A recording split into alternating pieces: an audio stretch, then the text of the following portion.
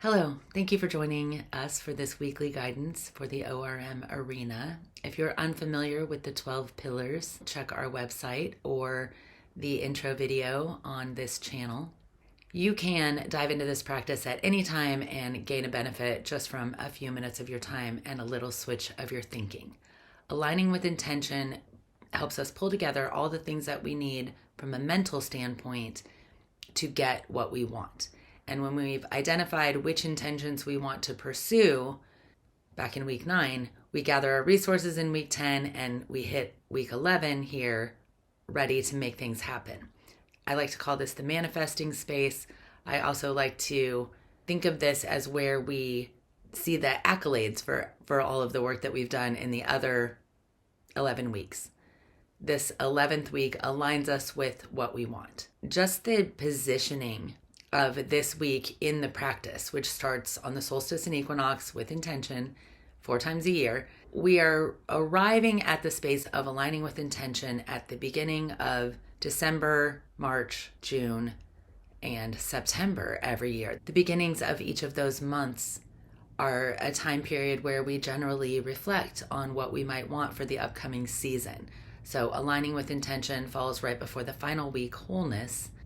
We go from aligning everything we can, taking what we want and our resources, putting them together, and then whatever we didn't achieve, being able to let all the shame or blame go and take our mental state then into our physical body and feel everything in wholeness, so that by the time we're ready in December to start mentors again, we are in an emotional space to receive new information, and we've kind of let go any energetic debris hanging around that keeps our mental state from reminding us that we're here to feel good, that just the fact that we get to experience all these different feelings is kind of the purpose of being a human being.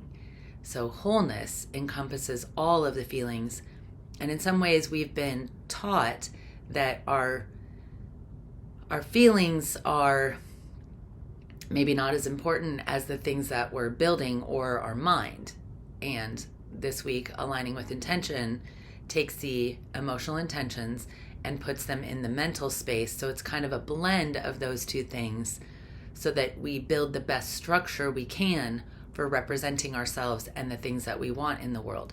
If we're emotional while we're presenting what we want, it's not going to be received as well as a carefully thought out plan that someone else can understand, rather than just receiving a big ball of energy.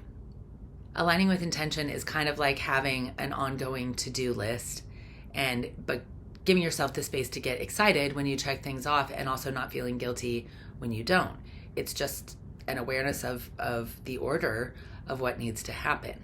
And that kind of comes together through all of the mental weeks, starting with food week. If we are under-nurtured in any area, we're going to have a hard time building a strong structure there. So just that awareness leads us to what we experience in the 7th week, values and ideals, where we take what's really important to us and try to create something for our own lives from that.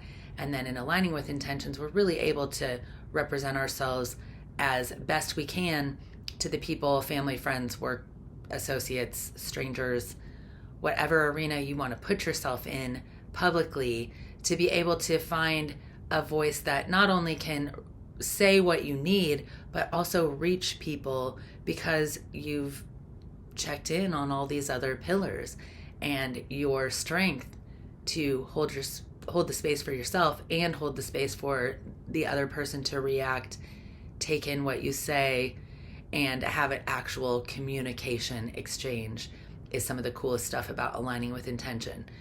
It's not just about what you mean to do, it's about what you mean to do and how it's set up to succeed.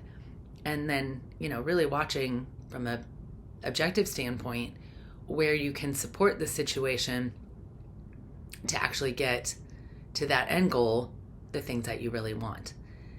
The challenge for this week, let's say, is an ongoing to-do list. So create a to-do list of the things that are easy for you to do. And this is just a lesson in setting yourself up for gratitude.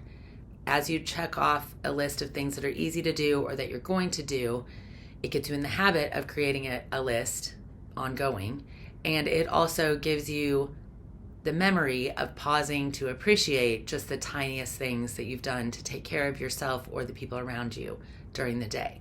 So travel with a to-do list, travel with a little, sticky notes or whatever. It doesn't even have to be anything important, the back of an envelope, but make sure that you are writing something down that you are seeing so that you have the opportunity to not only know mentally what needs to happen, but kind of take the actions into your body, see yourself doing them, align with your intentions, feel good about making things happen. I'll be back next week when we talk about wholeness, bringing it all together, and just enjoy this week. Despite all of the chaos and all of the things that we have to work with, there is so much joy in being able to participate as our own individual person in this group of 8 billion people. So, thank you.